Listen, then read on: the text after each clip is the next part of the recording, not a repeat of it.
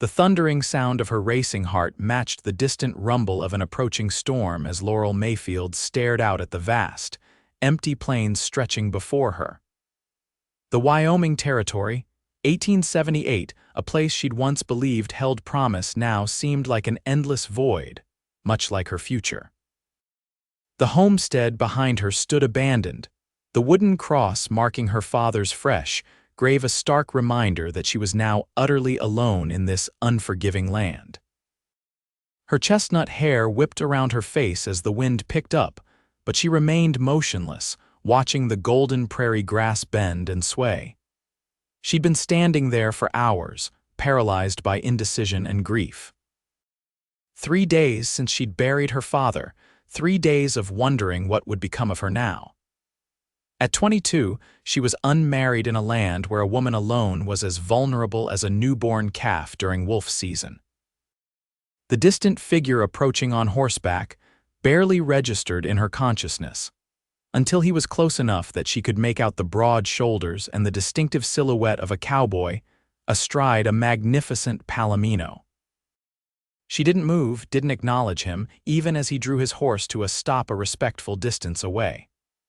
"Madam," his voice was deep, a gentle rumble that somehow carried over the prairie wind. "Forgive me for intruding, but it looks like a storm's brewing. Might not be safe out here much longer."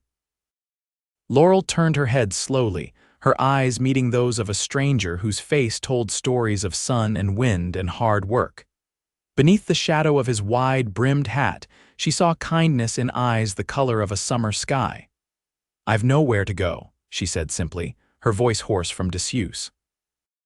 The cowboy dismounted in one fluid motion, and as he approached, she noticed he walked with a slight limp. He removed his hat, revealing dark blonde hair that curled slightly at the ends, and held it against his chest in a gesture of respect. "Name's Finn Calloway. I work at the Silver Creek Ranch about 10 miles west." He glanced at the small homestead and the fresh grave, understanding dawned in his eyes. "Your pa," Laurel nodded, feeling the familiar ache in her throat. 3 days ago, fever took him. Doctor from town couldn't get here in time." Finn's expression softened. "I'm mighty sorry for your loss, Miss Mayfield, Laurel Mayfield." A drop of rain splashed against her cheek, followed by another. The storm was upon them faster than either had anticipated. "Miss Mayfield," Finn said with gentle urgency, "I can't in good conscience leave you out here. That storm's going to be a bad one." He gestured toward his horse. "Dusty here is strong enough to carry us both to Silver Creek. Mrs. Abernathy, the cook, always has room for someone in need." "Just until you figure things out." Lightning cracked across the sky, followed by a deafening roll of thunder. Laurel glanced back at the homestead, the place her father had poured his dreams into, the place where he now lay in eternal rest. It held nothing for her now except memories that cut like knives. "I have some things inside," she said quietly. "We'll come back for them tomorrow," Finn promised. "Right now, we need to outrun this storm." As if to emphasize his point, the heavens opened up, rain pouring down in sheets. Without waiting for further discussion, Finn took her hand and led her to his horse. He helped her mount, then swung up behind her with surprising agility despite his limp. "Hold on tight," he instructed, his arms encircling her as he took the reins. As they galloped away from the homestead, Laurel couldn't help but look back one last time. Through the curtain of rain, she watched as the life she had known grew smaller and smaller until it disappeared entirely from view. She didn't know what lay ahead, but for the first time in days, she felt something other than despair, a tiny flicker of hope, fragile as a newborn flame. Finn urged the palomino forward, leaning slightly to shield Laurel from the worst of the rain. She was acutely aware of his solid presence behind her, the steady rhythm of his breathing, the strength in his arms as he guided the horse across the open plains. They rode in silence, the storm raging around them, each lost in their own thoughts. The rain had soaked through their clothing by the time the Silver Creek Ranch came into view, a sprawling complex of buildings nestled in a valley protected on 3 sides by rolling hills. Lights glowed warmly from several windows, and smoke curled from chimneys despite the summer season. The main house was an impressive two-story structure flanked by a large barn, bunkhouses, and various outbuildings. As they approached, a figure emerged from the barn, lantern held high. "Finn, that you?" called a gruff voice. "It's me, mister." "Sullivan," Finn called back, guiding his horse toward the shelter of the barn. "Got caught in the storm with a guest." Inside the barn, Laurel slid from the horse with Finn's assistance, her legs unsteady after the long ride. The man with the lantern, Sullivan, was older, with a weathered face and salt and pepper beard. His eyes widened slightly at the sight of Laurel, but he asked no questions. "Get her up to the house," he said instead. "I'll see to Dusty." "Much obliged," Finn replied, then turned to Laurel. "Can you walk? It's not far." She nodded, though in truth every muscle ached with fatigue and grief. They made their way through the downpour to the main house, where Finn knocked firmly on the back door. It swung open almost immediately, revealing a stout woman with gray hair pulled into a severe bun, her expression transforming from irritation to concern in an instant. "Lord have mercy, you're both soaked through. Come in before you catch your death. Mrs. Abernathy, this is Miss Laurel Mayfield," Finn said, ushering Laurel into the warm kitchen. "She's had some trouble and needs a place to stay." The cook's sharp eyes took in Laurel's bedraggled appearance and the sorrow that surely showed on her face. Without a word, she bustled off, returning moments later with towels and a flannel robe. "You'll be wanting a hot bath and dry clothes," she announced in a tone that brooked no argument. "Finn, fetch some water for the tub. I'll show Miss Mayfield to the spare room."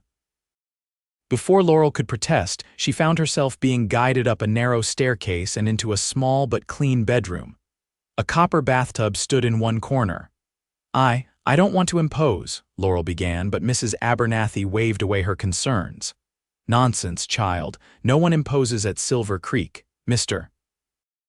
Lawson sees to that. Mr. Lawson, Frederick Lawson, owns this ranch. Good man, fair employer. He's away on business in Cheyenne, but he'd be the first to offer help if he were here." She patted Laurel's hand. "Now, you get those wet things off. I'll be back with the water and something for you to wear." Left alone, Laurel sank onto the edge of the bed, overwhelmed by the kindness of these strangers. She hadn't expected compassion in this harsh territory, especially not from people who knew nothing about her. Her father had always said there were good folks out west, people who understood that survival sometimes depended on helping your neighbor. She was beginning to see the truth in his words. By the time she'd bathed and changed into the borrowed nightgown and robe, exhaustion had claimed her completely. She barely remembered thanking Mrs. Abernathy for the bowl of stew brought to her room, or falling into the clean, soft bed. Her last conscious thought was of Finn Calloway's gentle blue eyes, and the way he'd appeared like an answer to a prayer she hadn't even known she was making. Morning came with golden sunlight streaming through uncurtained windows, and the distant sounds of a ranch awakening. For a moment, Laurel was disoriented, the unfamiliar room confusing her sleep-addled mind.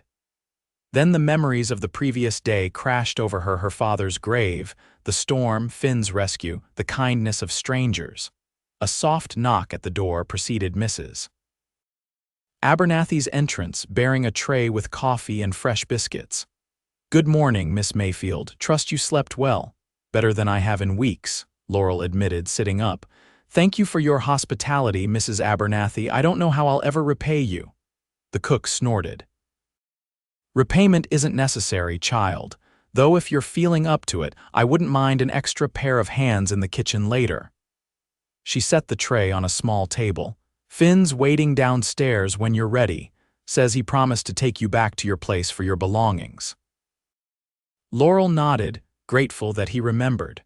"I won't be long." After Mrs. Abernathy left, she dressed quickly in the simple calico dress that had been provided slightly too large but clean and serviceable. She pinned up her hair as best she could without a mirror, then made her way downstairs, following the sounds of conversation to the kitchen. Finn was seated at a large wooden table, deep in discussion with Sullivan and two other men she didn't recognize. He stood immediately when she entered, and she was struck again by how tall he was, a good head taller than herself. "Miss Mayfield," he greeted her, a smile warming his features. "Hope you slept well."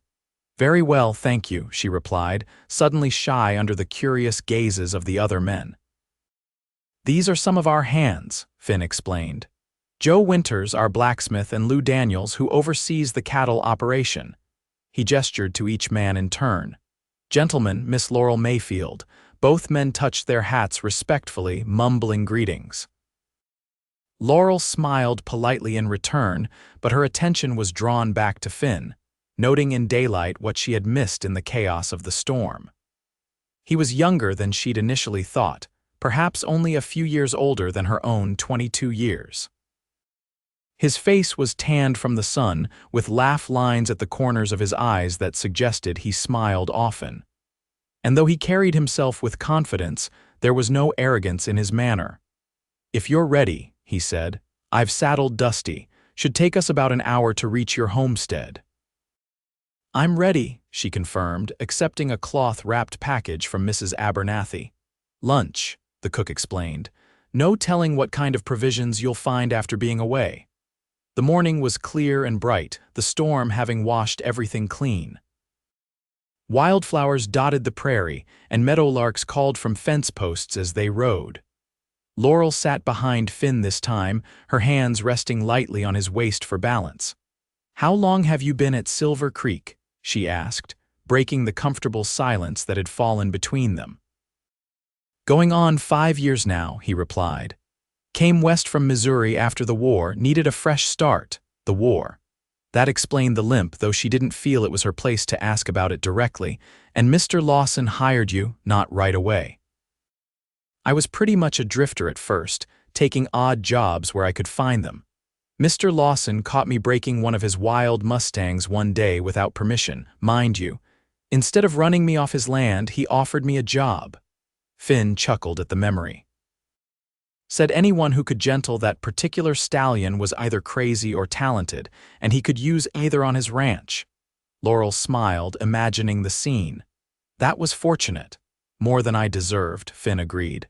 "What about you, Miss Mayfield? How long have you been in Wyoming Territory?" "Almost a year. My father and I came from Illinois after my mother passed. He had dreams of building something of our own out here." Her voice faltered. "He was doing well until the fever took him." Finn was quiet for a moment. "It's a hard country," he finally said. "Beautiful but unforgiving." "Not everyone makes it." "No," she agreed softly. "Not everyone does." They crested a small rise, and suddenly her father's homestead was visible in the distance.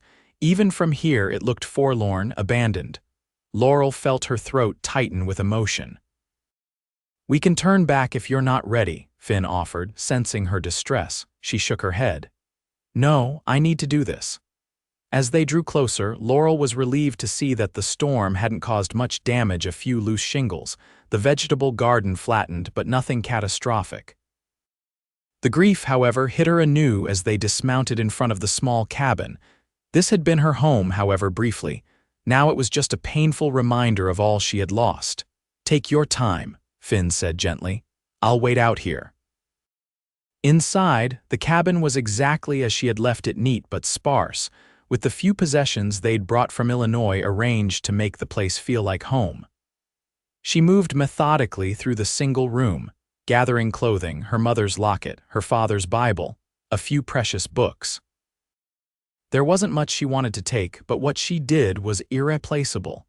She found a carpetbag in the trunk at the foot of her narrow bed and packed efficiently, fighting back tears. When she had finished, she stood in the center of the room, taking one last look around. Her gaze fell on her father's rocking chair, and a memory surfaced, him sitting there by the fire, telling stories of his youth, his deep laugh filling the small space. She placed a hand on the worn wood, saying a silent goodbye. Outside, Finn was waiting patiently, hat in hand. He had visited her father's grave, she realized, noticing the small bouquet of wildflowers placed at the base of the wooden cross. "Thank you," she said, the simple gesture touching her deeply. He nodded, taking the carpet bag from her hands. "You ready to go?" Laurel looked back at the cabin, then at the grave. "Yes," she said with quiet certainty. "There's nothing left for me here." Finn secured her belongings to his saddle, then helped her mount. As they rode away, she didn't look back again. Whatever the future held, it wasn't here in this place of death and broken dreams. They were halfway back to Silver Creek when Finn cleared his throat. "Mrs. Abernathy mentioned that Mr. Lawson's been looking for someone to help with the household accounts and correspondence." "She says you're educated?" Laurel nodded. "My mother was a schoolteacher before she married. She taught me." "Well, if you're interested, it might be a way for you to stay on at Silver Creek, at least until you decide what you want to do." The offer surprised her. "Do you think Mr. Lawson would agree to that? He doesn't even know me." Finn smiled. "Mrs. Abernathy has been with the Lawson family for 30 years. If she recommends you, he'll listen.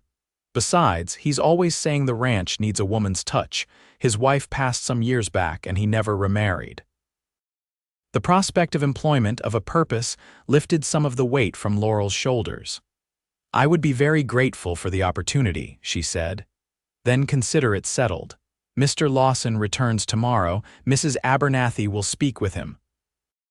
They rode the rest of the way in companionable silence, each lost in their own thoughts.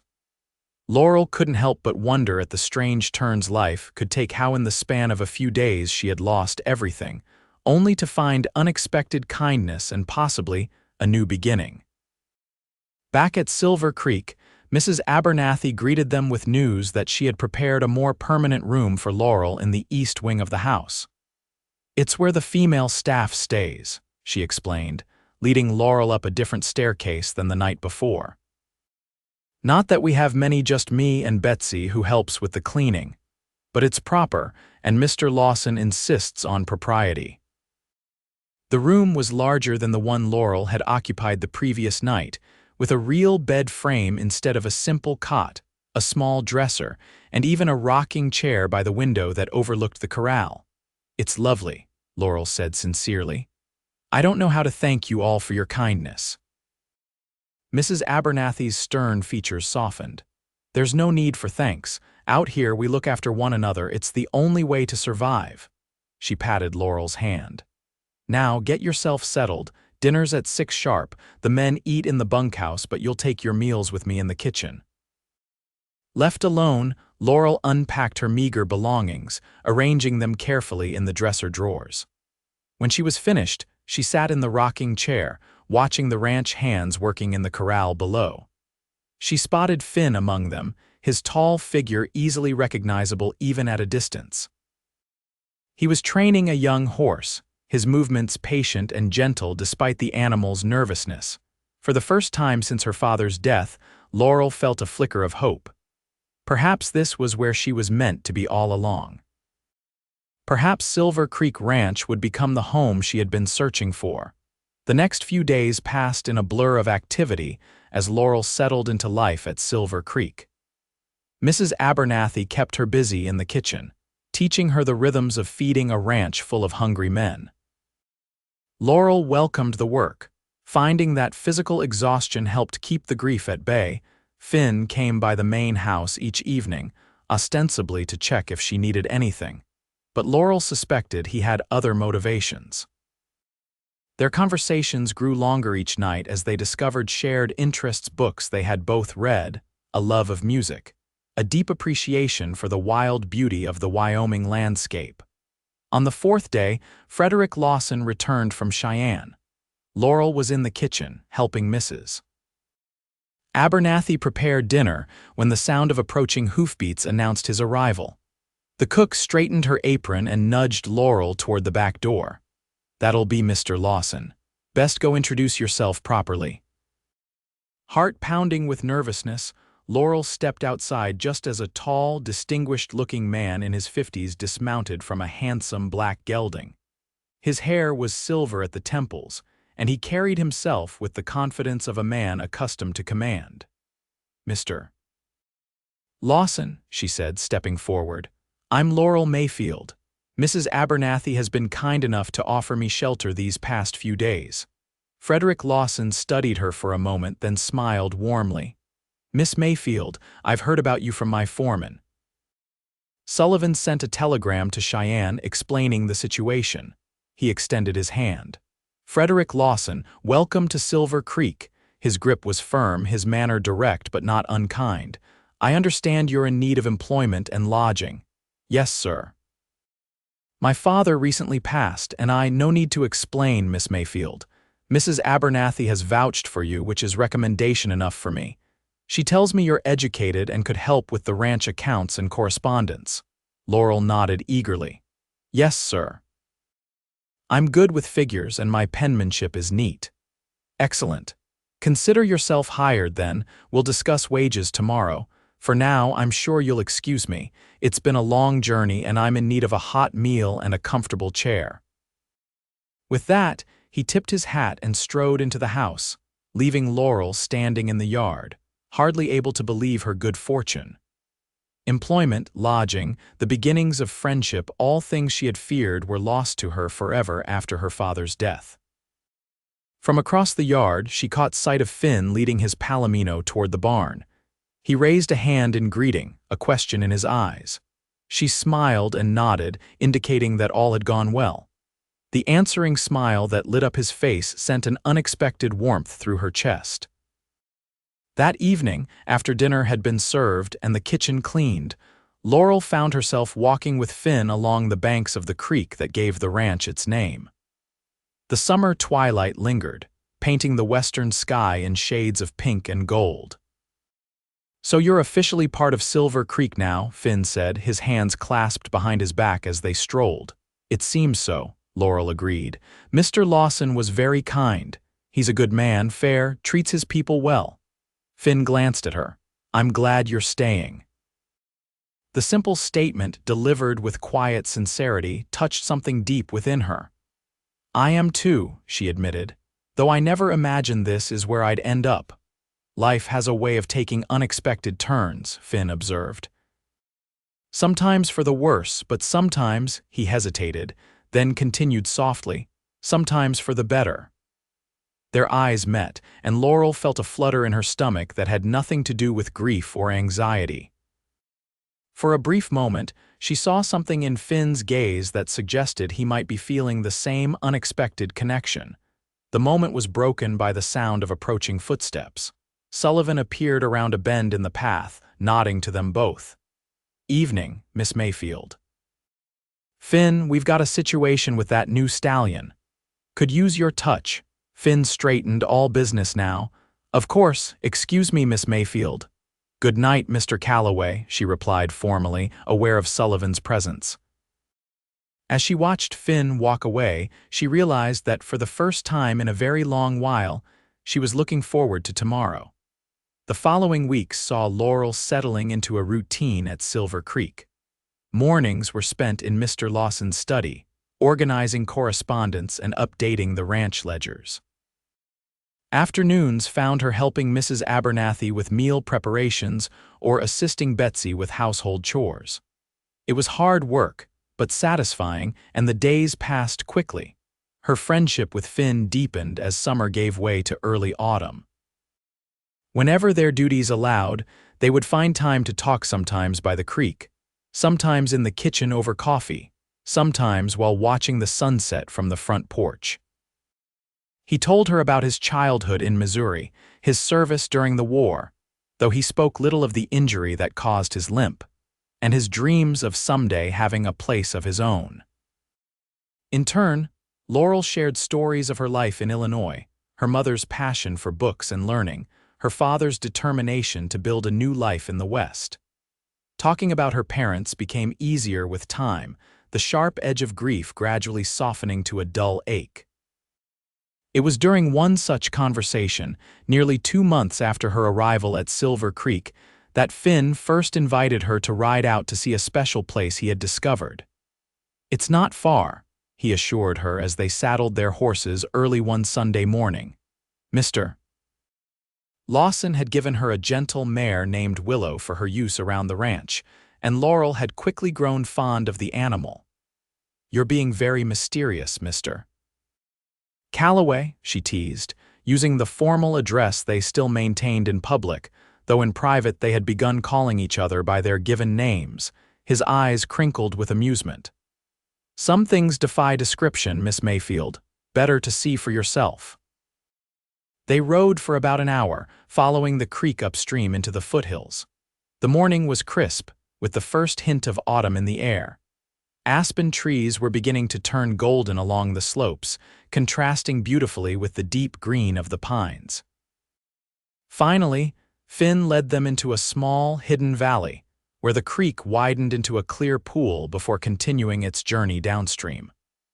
The morning sunlight filtered through the trees, creating dappled patterns on the grassy banks.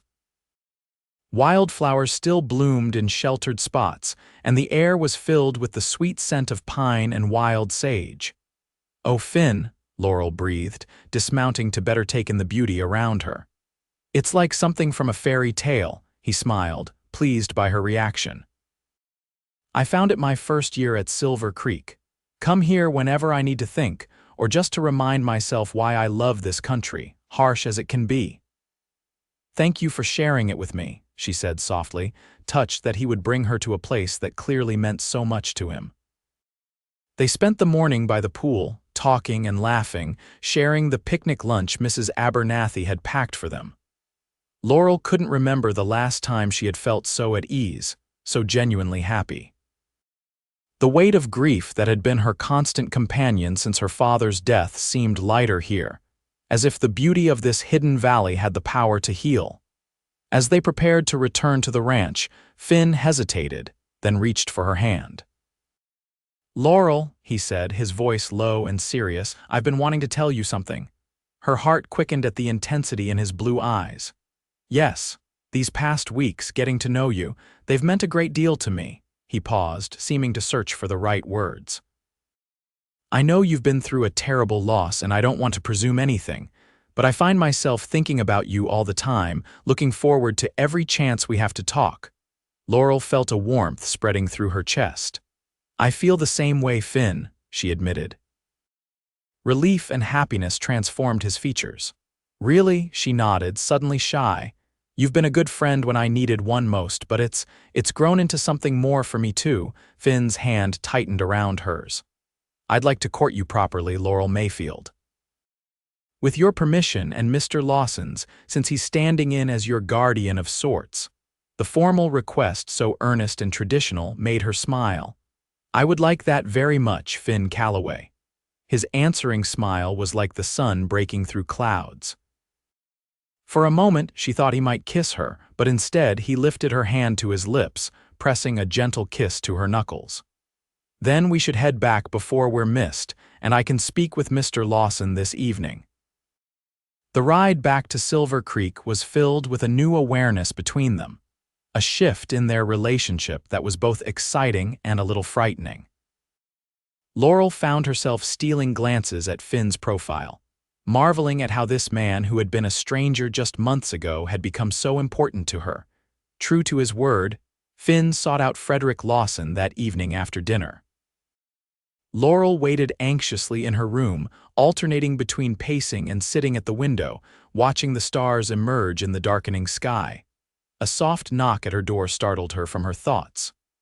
Opening it, she found Finn standing there, hat in hand, a smile playing at the corners of his mouth.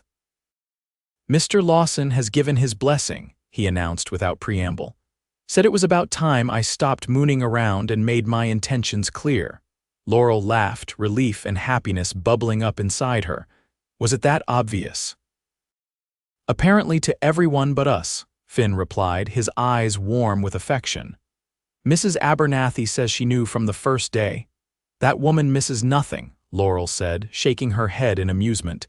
Finn reached for her hand. "There's a social at the church in town next Saturday. Would you do me the honor of accompanying me, Miss Mayfield?" The formal invitation, delivered with a hint of teasing, made her smile. "I would be delighted, Mr. Calloway." As autumn deepened, Laurel and Finn's courtship blossomed.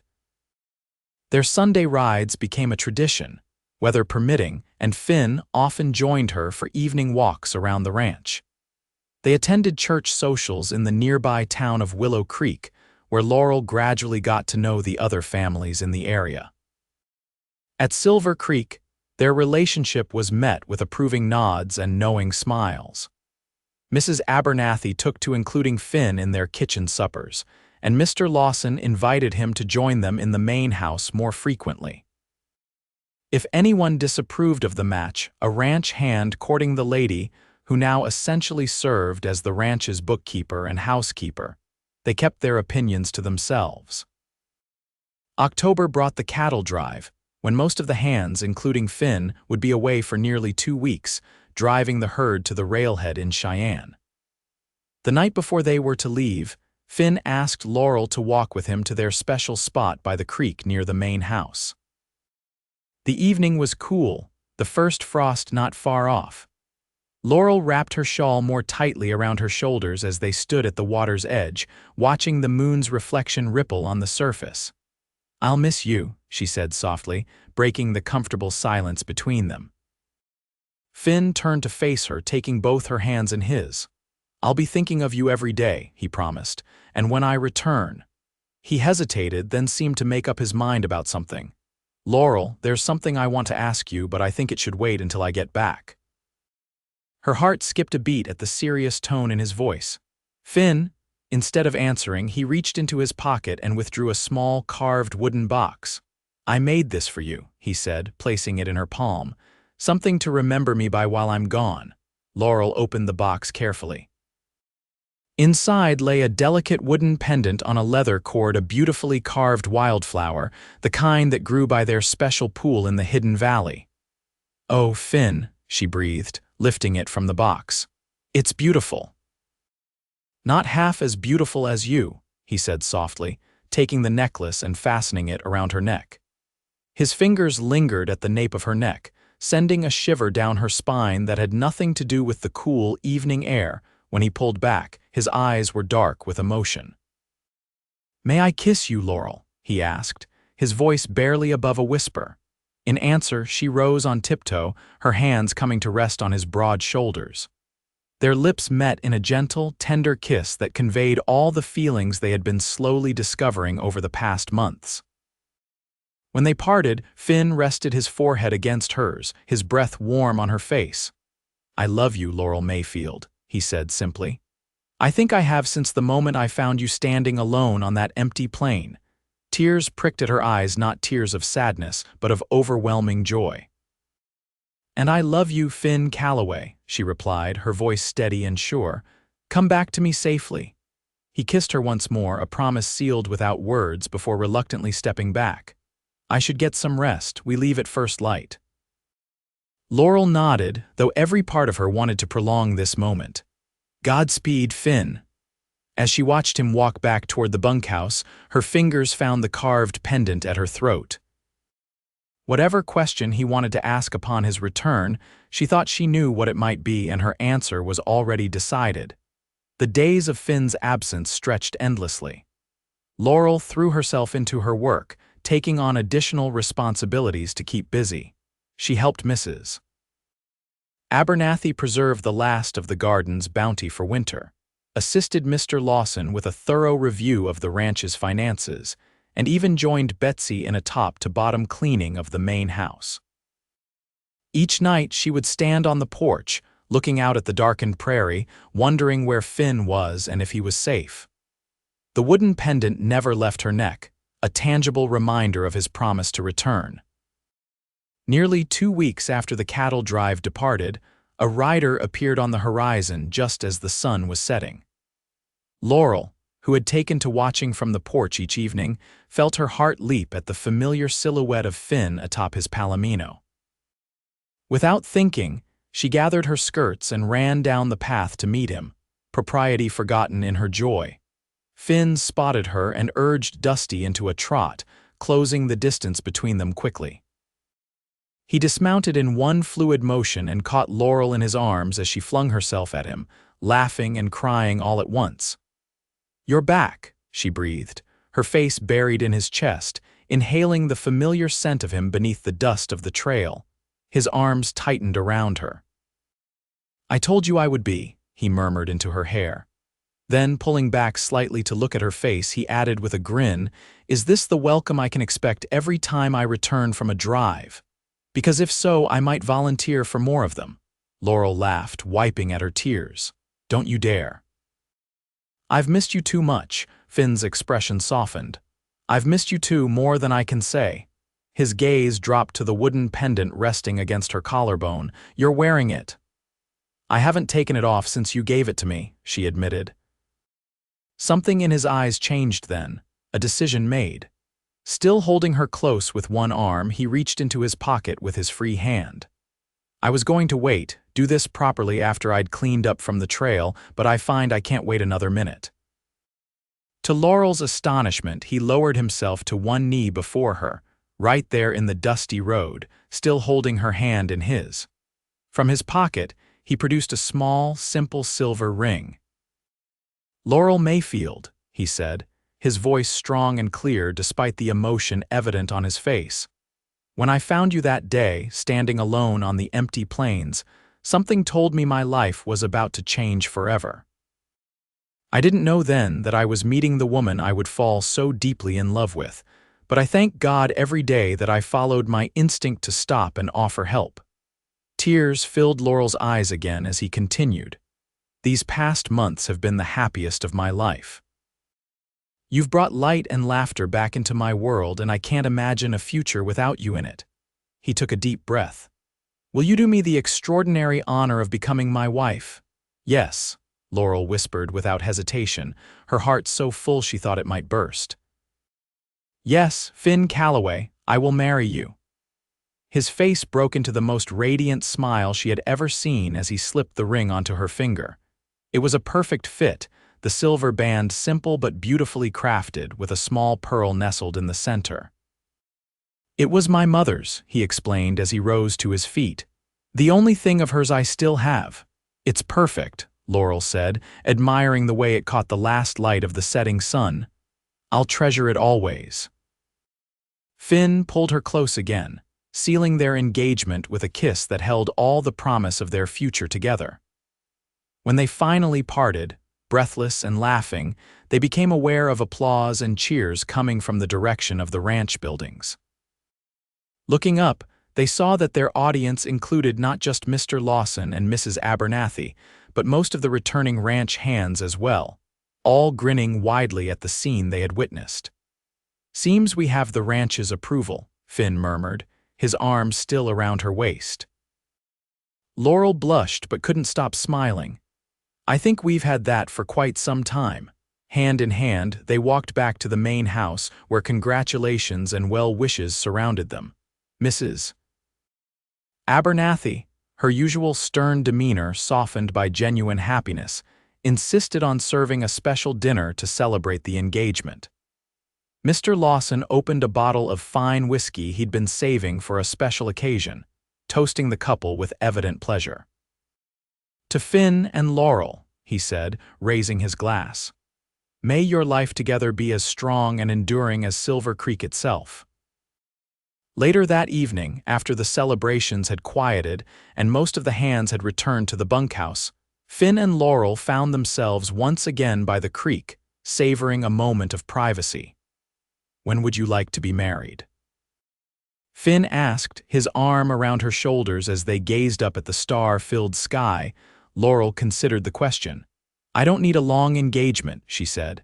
"Perhaps before winter sets in fully, November or early December," Finn smiled, pressing a kiss to her temple. "That sounds perfect. Though there's something I should tell you before we set a date." There was a note in his voice that made Laurel look up at him questioningly. "What is it?" "I've been saving my wages these past 5 years," he explained. "And last spring, I purchased a piece of land about 5 miles north of here. It's not large, just 100 acres, but it's good land with water rights and enough pasture for a small herd." Laurel's eyes widened in surprise.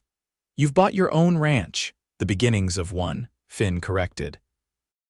"There's a small cabin that needs work, and I've only got a dozen head of cattle so far, Mr. Lawson's wedding gift to us, though he doesn't know it yet.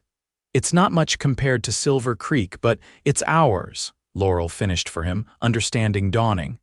or it will be." Finn nodded, a touch of uncertainty in his expression. "I know it will be a simpler life than what you've become accustomed to here, with fewer comforts. If you'd prefer to wait until I can offer you more." Laurel silenced him with a finger to his lips. "Finn Calloway, don't you dare suggest I care about comforts more than building a life with you. I've lived in a small cabin before, remember? As long as we're together, that's all that matters to me." The relief and love in his eyes made her heart swell. "I was hoping you'd say that," he admitted. "I thought we might live here at Silver Creek through the winter, save a bit more, and move to our own place in the spring when the weather's better for making improvements to the cabin." "That sounds like a sensible plan," Laurel agreed. "And it gives us time to prepare properly." Finn pulled her closer, his voice dropping to a more intimate tone. "Do you know what I thought the first time I saw you standing out there on the prairie?" Laurel shook her head, curious. "I thought you were the most beautiful, most solitary figure I'd ever seen. Like you belonged to the land somehow, wild and proud even in your grief, and I remember thinking that I'd give anything to see you smile." "And now?" she asked softly. His hand came up to cup her cheek. "Now I think I'm the luckiest man in Wyoming Territory because I get to spend the rest of my life making you smile." The weeks leading up to their wedding passed in a whirlwind of preparations. Laurel, with Mrs. Abernathy's help, fashioned a simple but elegant wedding dress from cream-colored fabric ordered from Cheyenne. Finn, working evenings and Sundays, built furniture for their future home, a sturdy table, chairs, a bed frame, and a hope chest for Laurel. The women of neighboring ranches and the town of Willow Creek, upon hearing of the engagement, organized a quilting bee, presenting the couple with a beautiful handmade quilt for their marriage bed. Others contributed household items, dishes, linens, cooking utensils, traditional gifts for a new bride. Frederick Lawson, true to his generous nature, insisted on hosting the wedding at Silver Creek and providing a feast for all the guests. He also made good on Finn's prediction, gifting the couple with a small herd of quality cattle as a wedding present, along with a fine pair of draft horses for farm work. "You've both become like family to me," he told them when they tried to express their gratitude. "Seeing you happy brings me joy." November 15th dawned clear and cold, with a light dusting of snow on the ground, the perfect backdrop for a wedding day. The ceremony was to be held in the main house, where the large parlor had been cleared of furniture and decorated with evergreen boughs, dried wildflowers, and ribbons. Laurel dressed in her upstairs room with the assistance of Mrs. Abernathy and Betsy, her hands trembling slightly as they fastened the pearl buttons down the back of her dress. "You look beautiful, child," Mrs. Abernathy said, uncharacteristic tears shining in her eyes as she arranged Laurel's dark hair beneath a simple veil. "Your parents would be so proud." The mention of her parents brought a bittersweet pang to Laurel's heart. How she wished they could be here to see her on this happiest of days. As if reading her thoughts, Mrs. Abernathy pressed something into her hand, a small locket. "I found it among your things when we were cleaning," she explained. "I took the liberty of polishing it up for you, thought you might want to wear it today." It was her mother's locket, the one Laurel had brought from the homestead. Inside were tiny portraits of both her parents, painted years ago when they were first married. Laurel's vision blurred with tears as she fastened it around her neck, where it nestled beside the wooden pendant Finn had carved for her. "Thank you," she whispered, embracing the older woman, "for everything." Downstairs, the parlor was filled with guests, ranch hands, neighbors, townspeople who had come to know and care for the couple over the past months. Reverend Thomas from the Willow Creek Church stood ready at the front of the room, Bible in hand, and there was Finn waiting for her. He wore a new black suit, his normally unruly hair neatly combed, his face freshly shaved. But it was the look in his eyes as she appeared at the top of the stairs that Laurel would remember forever, a look of such pure adoration and wonder that it took her breath away. Frederick Lawson, who had offered to give her away in her father's stead, met her at the bottom of the stairs, offering his arm with a warm smile. "Ready, my dear?" Laurel nodded, her eyes never leaving Finn's face as she began the short walk to her future husband's side. The gathered guests faded from her awareness. In that moment, there was only Finn and the love shining in his eyes, drawing her forward like a beacon. The ceremony itself was simple and traditional. They exchanged vows in clear, steady voices, promising to love, honor, and cherish one another for all the days of their lives. When Finn slipped the simple gold band onto her finger to join her engagement ring, his hands were as steady as his voice had been, sure and confident in this commitment they were making. "By the authority vested in me," Reverend Thomas concluded, "I now pronounce you husband and wife, Mr. Calloway. You may kiss your bride." The cheer that went up from the assembled guests as Finn claimed his first kiss as a married man was deafening. Laurel, laughing against his lips, felt as though her heart might burst with happiness. The celebration that followed lasted well into the evening. Tables groaned beneath the weight of food prepared by Mrs. Abernathy and the neighboring ranch wives. Music filled the air as several of the hands produced fiddles and harmonicas, striking up lively tunes that soon had everyone dancing. Finn and Laurel moved among their guests, accepting congratulations and well wishes, sharing their joy with all who had come to celebrate with them. But always, they gravitated back to each other, exchanging glances and secret smiles, impatient for the moment when they could finally be alone. That moment came as the night grew late and guests began to depart. Mr. Lawson, with a knowing smile, had arranged for them to spend their wedding night in the main house while he stayed in the foreman's quarters, giving the newlyweds privacy for their first night as husband and wife. As Finn closed the bedroom door behind them, Laurel felt a flutter of nervousness mixed with anticipation. This man was now her husband, this room the beginning of their life together. "Mrs. Calloway," Finn said softly, coming to stand before her. His fingers traced the line of her jaw with infinite tenderness. "Do you know how long I've waited to call you that? Since the moment you found me staring at those empty plains," she suggested, remembering his proposal. He smiled, the love in his eyes taking her breath away. "Perhaps even then, though I didn't realize it at the time."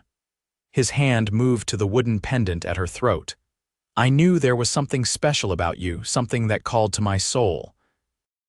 Laurel reached up to touch his face, marveling that this good, kind man was now hers to love for a lifetime.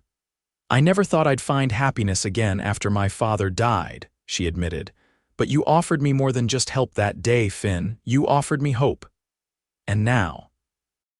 He asked, his voice deepening as he drew her closer.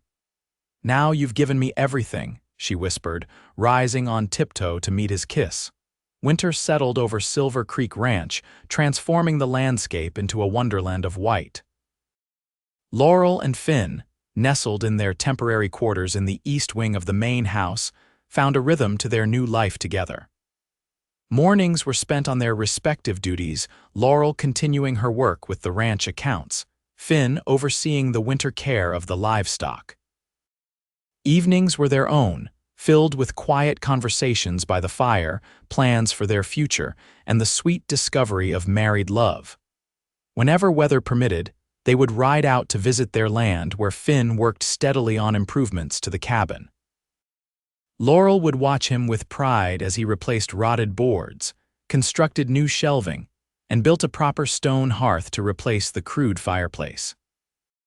Together, they would walk the boundaries of their property, imagining where they might plant a garden come spring, where the corrals would go, how their small herd might grow over the years. "It's not much compared to Silver Creek," Finn said one crisp December afternoon as they stood on a small rise overlooking their future home. "But it's a start." Laurel, her arm linked through his, leaned her head against his shoulder. "It's perfect, Finn, it's ours." As winter deepened, bringing blizzards that sometimes kept them housebound for days, Laurel found herself growing increasingly fatigued. At first, she attributed it to the normal adjustments of married life and the demands of winter work on the ranch. But when the fatigue was joined by morning sickness, she began to suspect the true cause.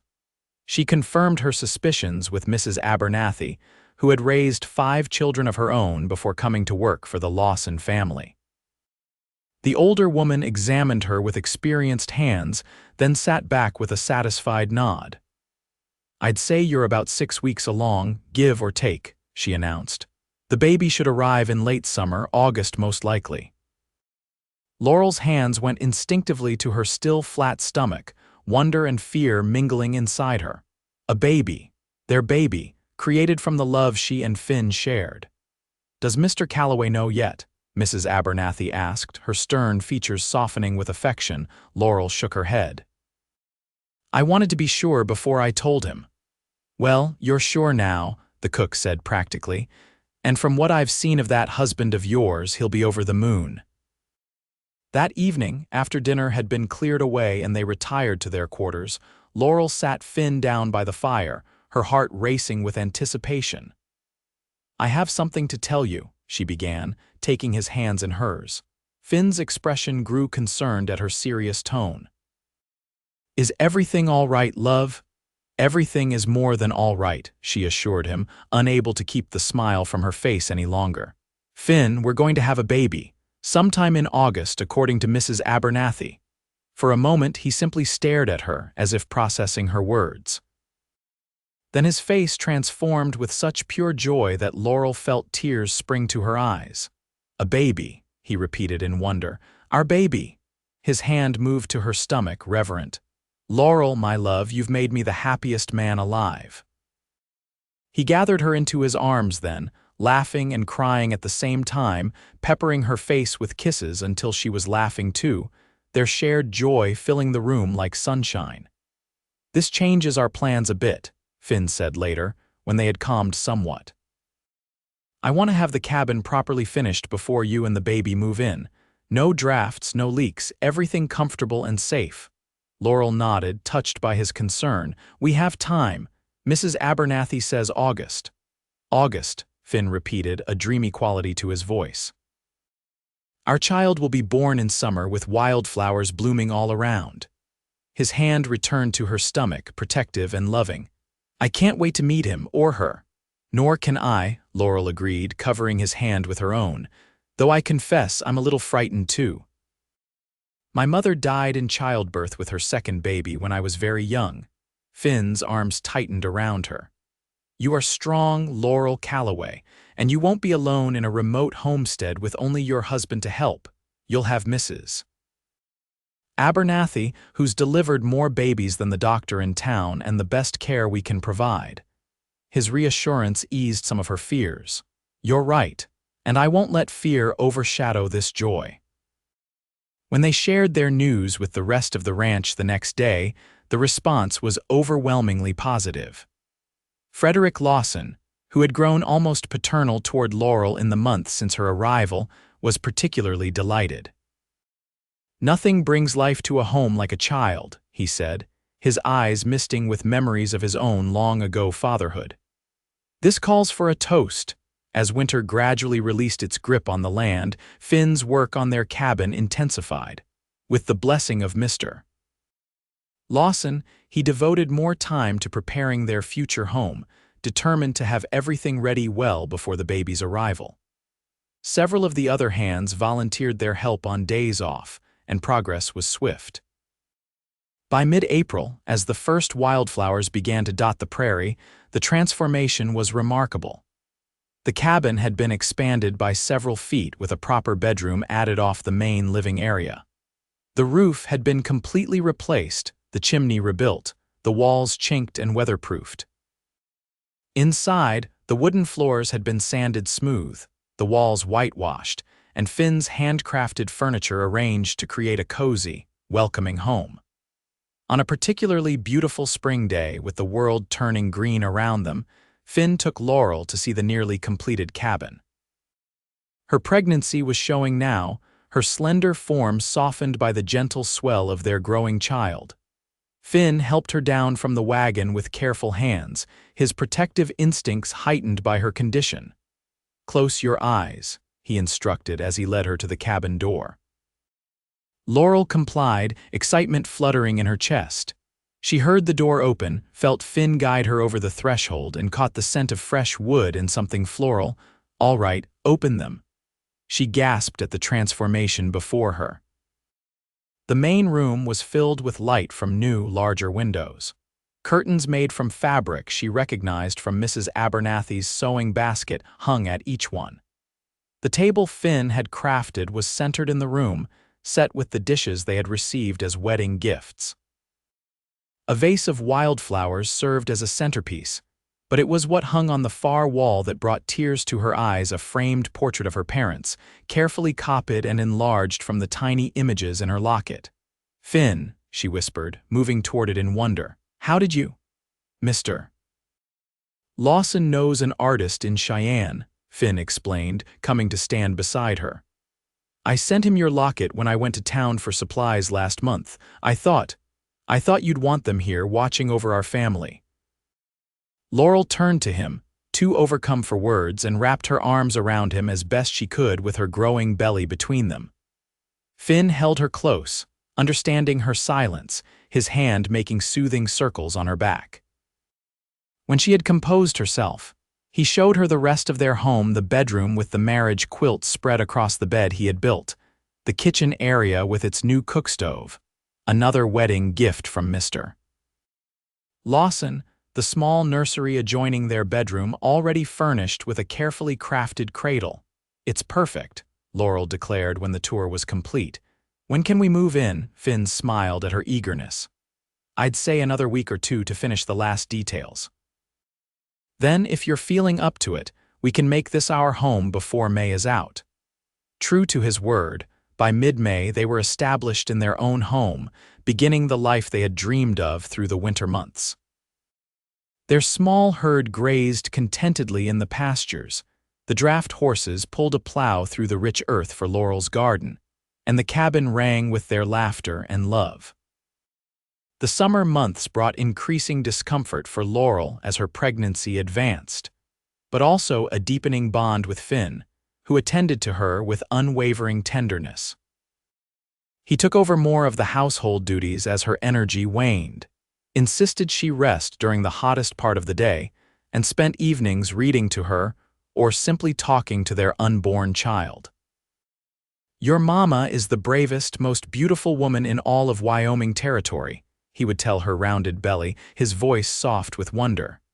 "And she can't wait to meet you, little one. Neither can I." As August approached, Mrs. Abernathy moved temporarily into their spare room, her experience with childbirth a comfort to both expectant parents. Finn continued his work on the ranch, but never strayed far, always within calling distance should Laurel need him. The baby came in the early hours of August 12th, after a labor that lasted through the night. Finn, despite tradition that would have kept him outside, refused to leave Laurel's side, holding her hand through each contraction, wiping her brow, murmuring encouragement as she worked to bring their child into the world. Just as dawn was breaking over the eastern horizon, their daughter slipped into Mrs. Abernathy's waiting hands, announcing her arrival with a lusty cry that filled the small bedroom. "A girl," the older woman announced, quickly cleaning and swaddling the infant before placing her in Laurel's trembling arms. "A beautiful, healthy girl." Laurel looked down at the tiny, red face of her daughter, overwhelmed by a love so profound it left no room for any other emotion. "She's perfect," she whispered, tracing a finger over the downy cap of dark hair, the impossibly small fingers, the bow-like mouth that already resembled Finn's. Finn, who had been rendered speechless by the miracle of his daughter's birth, finally found his voice. "She looks like you," he said, his voice thick with emotion. "She's beautiful, just like her mother." They named her Faith Elizabeth Calloway, Faith for the belief that had sustained them through times of hardship, Elizabeth in honor of Laurel's mother. As Mrs. Abernathy busied herself with the afterbirth and cleaning up, Finn climbed onto the bed beside his wife and newborn daughter, creating a circle of family where none had existed just hours before. "Thank you," he said softly, pressing a kiss to Laurel's temple. "For our daughter." For our life together, for everything. Laurel leaned against him, exhausted but filled with a contentment she had never known possible. "Do you remember that day?" she asked. "When you found me staring at the empty plains?" Finn nodded, his eyes never leaving their daughter's face. "I'll never forget it. You looked so alone, so lost. All I wanted was to help somehow." "You did more than help," Laurel said, turning to meet his gaze. "You saved me, Finn, not just from the storm, but from a life of loneliness. You offered me your horse and a life to share." "And you gave my life meaning," he replied, his voice rough with emotion. "You and now this little miracle." His finger stroked Faith's cheek, marveling at the softness of her skin. As the first rays of sunlight streamed through the bedroom window, illuminating the new family in a golden glow, Laurel thought of how far she had come from that desolate day when Finn had found her. From emptiness to fullness, from grief to joy, from solitude to family, a journey she could never have imagined when she stood alone on those empty plains. Outside, the Wyoming landscape stretched toward the horizon, no longer empty but filled with promise, much like her heart. And beside her sat the man who had made it all possible, the cowboy who had offered her not just a ride from the storm, but a lifetime of love. 5 years passed, bringing changes both expected and surprising to the Calloway family. Their small ranch, which they had named Wildflower after the pendant Finn had carved for Laurel during their courtship, had prospered beyond their modest hopes. The original 100 acres had been supplemented by an additional parcel when their neighbor to the north decided to return east, doubling their holdings and allowing their herd to grow accordingly. Faith, now a spirited 5-year-old with her mother's chestnut hair and her father's blue eyes, was joined by a 3-year-old brother, James Frederick, named for both Laurel's father and their benefactor from Silver Creek. The family had been completed just 6 months ago with the arrival of twin girls, Rose and Lily, whose unexpected appearance had initially thrown the household into chaos, but now seemed as natural as if they had always been meant to have 4 children. The cabin had been expanded again to accommodate their growing family, another bedroom added, the main living area enlarged, a covered porch wrapping around 2 sides to provide shade in summer and shelter in winter.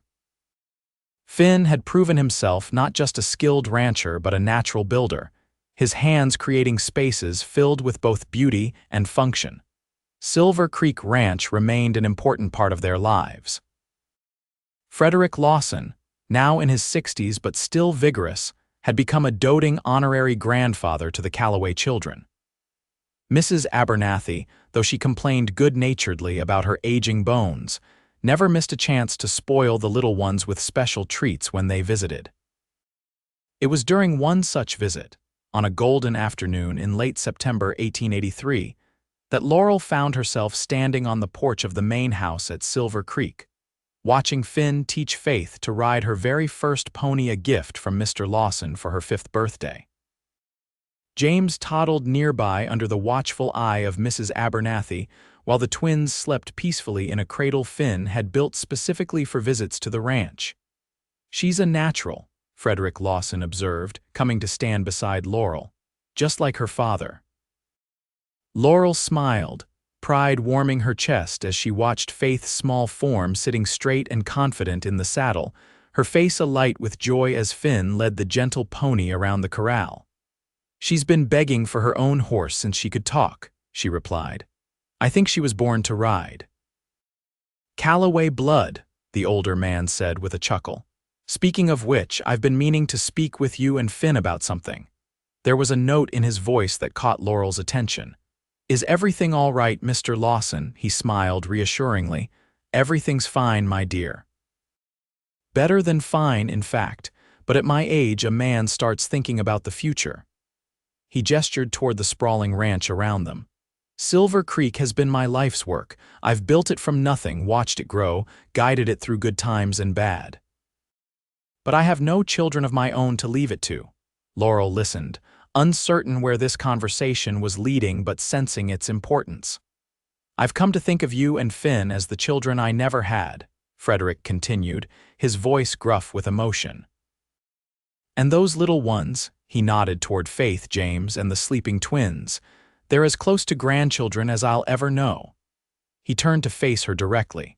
What I'm trying to say, Laurel, is that I want to make Finn my partner in Silver Creek. With an eye toward him taking over completely when I'm gone. The papers are already drawn up. We just need to sign them. Laurel gasped, stunned by the enormity of what he was proposing. Silver Creek was one of the largest, most successful ranches in the territory. For Finn to become partner and eventually owner, Mr. Lawson, I don't know what to say, she began. Your generosity isn't generosity at all, he interrupted with a smile. It's good business sense. Finn's the best ranch manager I've ever seen. He has a way with the land, with animals, with people. He's respected by every hand on this place, and he loves Silver Creek almost as much as I do. His eyes twinkled. Besides, I'm not planning on going anywhere anytime soon. I figure we've got a good 10 years or more of working together before he has to take the reins completely. At that moment, Finn looked up from the corral, catching sight of their serious conversation. With a word to Faith, he secured her pony to the fence rail and made his way toward the porch, curiosity evident in his expression. Everything all right? He asked, removing his hat as he approached. Frederick Lawson clapped him on the shoulder. More than all right, son. I was just telling your wife about my proposal. Why don't we go inside and discuss the details? I think Mrs. Abernathy mentioned something about apple pie being ready. As the older man headed inside, Finn turned to Laurel with raised eyebrows. Proposal. She took his hand, still marveling at the turn their life had taken. He wants to make you his partner, Finn, with plans for you to inherit Silver Creek eventually. Finn's eyes widened in shock. But what about Wildflower, our place? We'd keep it, I imagine, Laurel said thoughtfully. Perhaps as a legacy for the children someday, but Silver Creek would be our future. For a moment, Finn was silent, his gaze sweeping over the ranch that had been his home before Wildflower, before Laurel, before the family they had created together. Then he looked back at her, a question in his eyes. What do you think? He asked. Could you see us here again, running Silver Creek? Laurel considered the question seriously. She loved their little ranch, the home they had built with their own hands. But Silver Creek held a special place in her heart too. It was where she had found sanctuary after her father's death, where she and Finn had fallen in love, where they had begun their journey together. I think, she said slowly, that home isn't about the place, Finn. It's about the people. You and the children are my home, she smiled, squeezing his hand. But yes, I could see us here. I think we could do great things with Silver Creek. Relief and excitement mingled in Finn's expression. I've always dreamed of something like this, he admitted. A chance to build something lasting, something to pass down to our children, but I never imagined it could be Silver Creek. Dreams have a way of surprising us, Laurel said softly. 5 years ago, I was standing alone on the empty plains, believing my life was over. Then a cowboy on a palomino offered me his horse and a chance at a new life. She stepped closer, wrapping her arms around his waist. Now look at us, Finn. 4 beautiful children, a home filled with love, and a future brighter than I ever dared hope for. Finn's arms encircled her, holding her close.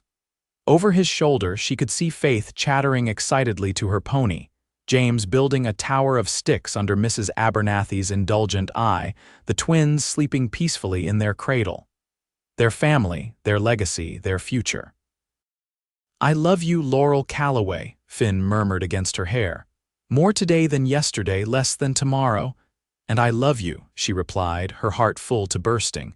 Thank you for finding me that day. Best thing I ever did, he said, pulling back to meet her gaze, his blue eyes filled with all the love and promise that had sustained them through these years together. Stopping to help a beautiful woman staring at the empty plains. Hand in hand, they walked into the house to discuss their future with Frederick Lawson, each step taking them further along the path they had begun that stormy day 5 years ago, a path neither could have imagined. But both now walked with confidence and joy. secure in the love they had found against all odds in the wild heart of Wyoming Territory.